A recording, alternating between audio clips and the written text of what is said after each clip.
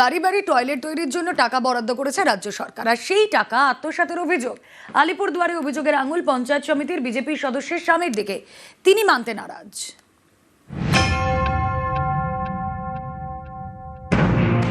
মাঝপথে থমকে টয়লেট তৈরির কাজ, কোথাও তোলা হয়েছে ইটের দেওয়াল, কোথাও আবার সেটাও হয়নি। অভিযোগ, টয়লেট তৈরির সরকারি টাকা পকেটে ঢুকিয়েছেন আলিপুরদুয়ার 1 নম্বর পঞ্চায়েত সমিতির বিজেপি সদস্য স্বাতী বিশ্বাসের স্বামী অমিত বিশ্বাস। তিনি আবার বিজেপি নেতা বলে এলাকায় পরিচিত। 5 মাস হয়েছে অ্যাপ্লাই করছি, 2 মাস হয়েছে আমারে বলছে আমার টাকাটা উঠায় দাও, উঠায় নিয়ে আর এই 2 মাসের মধ্যে আমার সাথে আর দেখা করে নাই। কে টাকাটা আপনার কাছ থেকে নিল? নারু পঞ্চায়েত সমিতির বর 12,000। রাজ্য সরকারের প্রকল্প বাড়ি বাড়ি টয়লেট তৈরির জন্য বরাদ্দ করা হয় 12,000 টাকা। আলিপুরদুয়ার 1 নম্বর ব্লকের পাতলাখাওয়া গ্রাম পঞ্চায়েত এলাকার বেশ কয়েকজন বাসিন্দা সেই টাকা পান 5-6 আগে।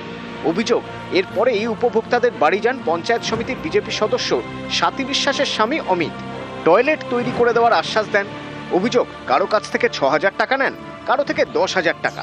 এও অভিযোগ, টাকা নিলেও টয়লেটের কাজ শেষ করেননি তিনি। এরপরেই বিডিওর দ্বারস্থ হন স্থানীয়রা। টাকা 12,000 উনি আসছে পঞ্চায়েত, আমাকে বলছে টাকা ওটাই দাও। টাকা আমি ওটাই দিছি, তারপরে এইটুক কাজ করে এখন খেলে আজ বানাবে কাল বানাবে, বানাতে পার না। টাকা দিয়েছি নাড়ু বিশ্বাসকে, এই কমপ্লেন করতে বাধ্য, বিডিও অফিসে কমপ্লেন। আমার যে কাজ আছে কাজগুলো আমি সেই সঠিকভাবে করি, কিন্তু লোকের কাজ কমপ্লিট যতক্ষণ না হয় সে আমাকে কোনো সময় টাকা দেয় না। এটা স্যার কোনোদিন দিতে পারে? যদি পারিস আমাকে আর একটা ব্যবস্থা করে দিলে একবারে 2টা করার চেষ্টা কর। তাই আমি বলছি 2টা তো সিস্টেম হয় না। বিজেপির যেহেতু আমার হিসেবে পঞ্চায়েত সমিতি, তাই আমি গরিব মানুষের কাজগুলো করে দিই। ডাইরেক্ট বেনিফিশিয়ারিদের অ্যাকাউন্টে টাকা দেয় পঞ্চায়েত সমিতি, তার বর। তাদের কিন্তু অন্যায়ভাবে গরিব মানুষের টাকা নিয়ে তারা বলছে যে আমি বানিয়ে দিব, টাকাটা আমার হাতে দিন। এটা কিন্তু কোনো নাই, নিয়ম নেই। কিন্তু সে ঠকিয়ে যে টাকা নিল, টাকা নেওয়ার পরও কাজ করলো না। আইনগতভাবে আমরা বিডিওর সাথে আমরা বসছিলাম, তারপরে আইনানুগ ব্যবস্থা আমরা অবশ্যই নেব।